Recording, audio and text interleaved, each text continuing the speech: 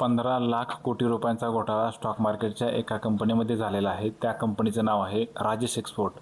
त्या कंपनीचे मालक आहेत राजेश मेहता। LICचं नाव याच्यामध्ये प्रामुख्याने का निघत आहे, कारण LICची जी टोटल गुंतवणूक आहे त्याच्यात 10.80% गुंतवणूक हे राजेश एक्सपोर्टमध्ये आहे। एकाही म्युच्युअल फंडची गुंतवणूक राजेश एक्सपोर्टमध्ये नाही आहे, पण LICने जवळपास 11% गुंतवणूक ह्या राजेश एक्सपोर्टमध्ये केलेली आहे। मित्रांनो, कंपनीचा स्टॉक सतत पडत असताना देखील LICने गुंतवणूक याच्यामध्ये केलेली आहे। ठीक आहे, आता मला त्या कंपनीबद्दल किंवा LICबद्दल काही जास्त सांगायचं नाही आहे। मोरल ऑफ द स्टोरी काय आहे की काही लोक म्हणत असतात की म्युच्युअल फंडमध्ये पैसे गुंतवण्यापेक्षा आपण डायरेक्टली स्टॉक्समध्ये पैसे गुंतवू, जास्त रिटर्न्स येतील असं त्यांना वाटत असतं। पण मित्रांनो, लक्षात घ्या, जर आपल्या स्टॉक्सच्या पोर्टफोलिओमध्ये एक स्टॉक जरी असा राजेश एक्सपोर्टसारखा लागला तर त्या स्टॉक्सचा CAGR किंवा त्या स्टॉक्सचे रिटर्न्स किती खालपर्यंत जातील ह्याचा विचार करणं अगदी गरजेचं आहे।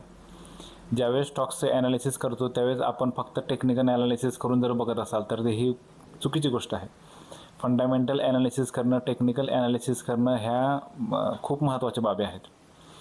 लक्षात घ्या, म्युच्युअल फंडचे फंड मॅनेजर हे एकाही फंड मॅनेजरने राजेश एक्सपोर्टमध्ये गुंतवणूक केलेलं नाही आहे, पण LICने याच्यामध्ये गुंतवणूक केली। ठीक आहे, आता म्युच्युअल फंडचा जो फंड मॅनेजर असतो त्याच्यापेक्षा जर आपल्याला जास्त नॉलेज असेल तर अगदी बिनधास्त तुम्ही स्टॉक्समध्ये इन्व्हेस्टमेंट करू शकता। पण त्याच्यापेक्षा जर आपल्याला नॉलेज जास्त नसेल, आपल्याला फंडामेंटल ॲनालिसिस करता येत नसेल, टेक्निकल ॲनालिसिस करता येत नसेल, तर तुम्ही अगदी फंड मॅनेजरवर विश्वास ठेवून म्युच्युअल फंडमध्ये गुंतवणूक करणं हे कधीही रास्त आहे। आणि लक्षात घ्या, या कंपन्यांमध्ये हे फ्रॉड हे आज झालेलं नाही आहे, अशा खूप साऱ्या कंपन्या आजपर्यंत स्टॉक मार्केटमध्ये फ्रॉड झालेल्या आहेत। ठीक आहे, ही एक कंपनी, हे एक उदाहरण आहे। हर्षद मेहताचा स्कॅम झालेला, सत्यम कॉम्प्युटरचा स्कॅम झालेला, त्यानंतर आता हा 15 लाख कोटी रुपयांचा स्कॅम झालेला आहे।